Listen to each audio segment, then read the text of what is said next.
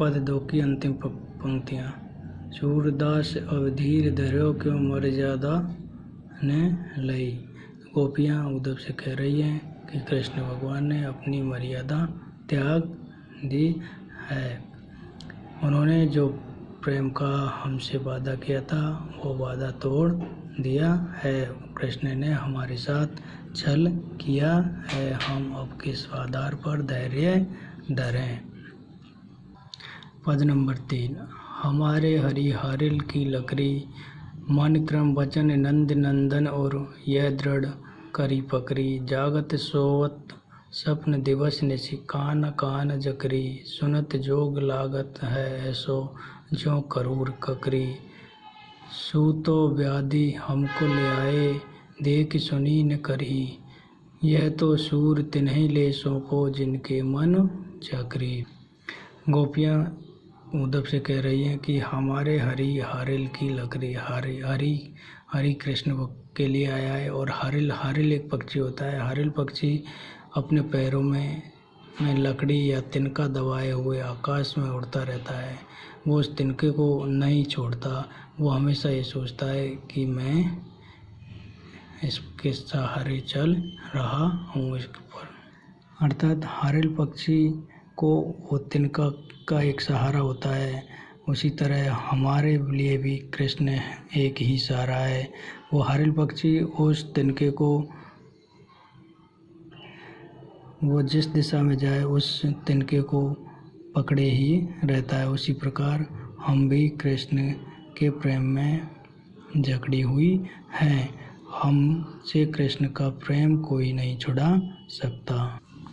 मन क्रम वचन नंद नंदन और यह दृढ़ करी पकड़ी। हमने मन क्रम और वचन से नंद नंदन अर्थात नंद के नंदलाल को और यानी हृदय में यह दृढ़ करी पकड़ी। हमने दृढ़ता से पकड़ लिया है। अर्थात हमने कृष्ण रूपी लकड़ी को पकड़ लिया है। जिस तरह हारिल पक्षी ने उसे पकड़ रखा है, उसी तरह हमने कृष्ण रूपी लकड़ी को अपने हृदय में से पकड़ लिया है। जागत सोवत सपन दिवस निशि, कान कान जकरी। हम जागते वक्त, सोते वक्त और स्वप्न में, दिन में और रात में हम एक ही रट लगाए रहती हैं कि काना काना। हमारे मन में एक ही नाम आता है, काना काना। हमारा मन एक ही रट कृष्ण कृष्ण लगाए रहता है। सुनत जोग लागत है ऐसो ज्यों करूर ककरी। गोपियाँ उद्धव से कह रही हैं कि तुम्हारा जो योग संदेश है उसे सुनकर हमें ऐसा लगता है जैसे करूरी ककरी। करू यानी करूरी का अर्थ होता है कड़वी ककड़ी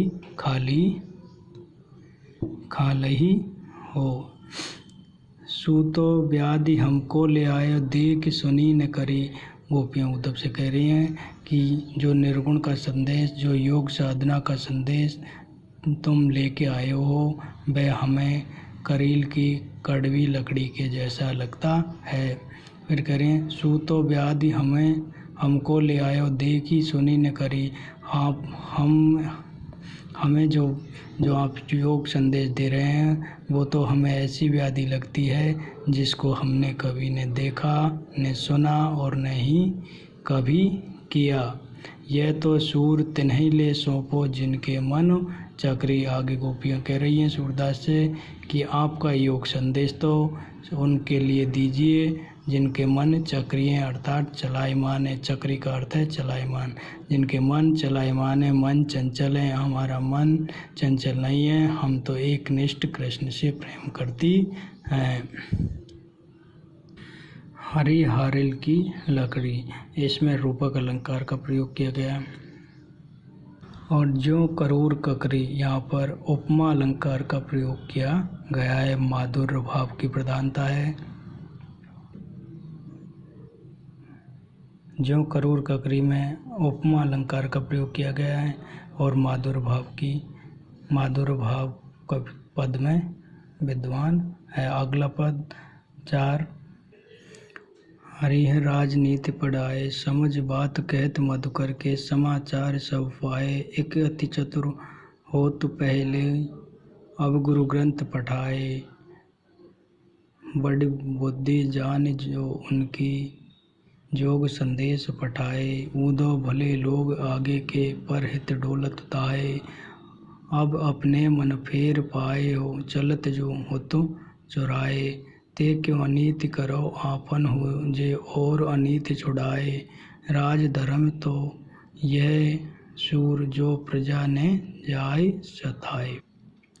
गोपियाँ कह रही हैं कि हरि राजनीति पढ़े, राजनीति पढ़े आए, क्या अर्थ हो गया, सीख लिए। हरि यानी कृष्ण, कृष्ण ने अब राजनीति भी सीख ली है। अर्थात गोपियाँ कह रही हैं कि कृष्ण ने पहले हमें प्रेम जाल में फंसाया और फिर हमारे लिए ये योग का संदेश भेजा है। इस योग संदेश का विरोध करते हुए वो कह रही हैं कि समुझ बात कहत मधुकर के, कि आपकी समाचार सब पाए। गोपियाँ एक दूसरे को, दूसरी गोपी विचार करते हुए कह रही हैं कि तुम समझियो कि ये बात कहत मत, की जो मधुकर जो बात कह रहा है, क्या उसको आपने समझा है।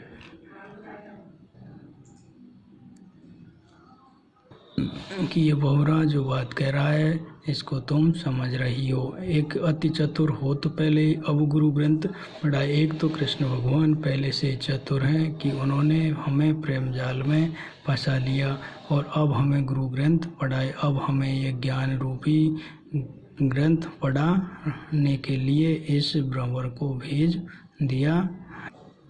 फिर कह रही है बड़ी बुद्धि जान जो उनकी जोग संदेश पढ़ाए, कि उनकी बुद्धि पर व्यंग करते हुए कह रही हैं कि बड़ी बुद्धि की, उनकी बुद्धि जितनी विशाल है उसका अनुमान तो इसी बात से मिल गया है कि ये युवतियों के लिए योग साधना करने का संदेश भेज रहे हैं। उनकी बुद्धि की था, उनकी बुद्धि का विचार सोच तो इसी बात से पता लग गया कि उन्होंने जिन युवतियों के लिए योग का संदेश भेज दिया। यहाँ पर गोपियाँ व्यंग कर रही हैं कि उनकी बुद्धि, वो बुद्धिमानी, अपने आप को बुद्धिमान समझ रहे हैं, उनकी ये बुद्धिमानी नहीं है। कौन भला युवतियों को योग का संदेश देता है, जो संदेश कृष्ण देना चाह रहे हैं। फिर अगली पंक्ति में गोपियाँ उद्धव को से कह रही हैं, उद्धव भले लोग आगे के पर हित डोलत लाए। गोपियाँ कह रही हैं कि पुराने लोग, पहले के लोग भले अच्छे लोग थे, भले लोग थे, अच्छे कार्य करते थे कि वो पर हित डोलत लाए, दूसरों के हित के लिए इधर उधर डोलते रहते थे, दूसरे की सेवा करने के भाव से अपने समय व्यतीत करते रहते थे। अब अपने मन फेर पाई चलत जो हो तो चुराई।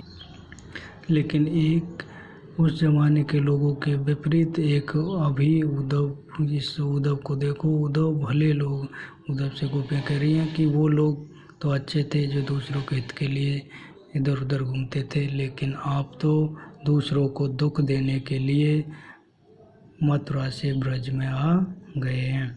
फिर गोपियाँ कहती अब अपने मन फेर पाए चलत जो तो चुराई। अब गोपियाँ कह रही हैं कि हमें ये योग संदेश नहीं चाहिए, हमें तो अब हमारा जो मन अब अपना यानी स्वयं का मन फेर पाए, फिर से पाएँ, फिर कि जो मन कृष्ण के साथ चला गया है वो हमें फिर से मिल जाए। हमें तो हमारा मन कृष्ण वापस लौटा दे जो वो चुरा कर ले गए हैं। हमें तो हमारा मन कृष्ण वापस कर दे। वो ये चाहते हैं कि ते क्यों अनीति करो आपनो तो जे और अनीति छुड़ाए। वो ये हमसे चाहते हैं कि हम उसको छोड़कर और योग साधना का मार्ग अपना लें। यह उनका सरासर अन्याय है। अन्याय है कि वो प्रेम को छोड़कर हमें योग का संदेश दिला रहे हैं। अगला पद, राज धर्म तो यह सूर जो प्रजा ने जाय सताई। राजा का धर्म तो ये होता है कि वो प्रजा को नहीं सताए, प्रजा की हमेशा सेवा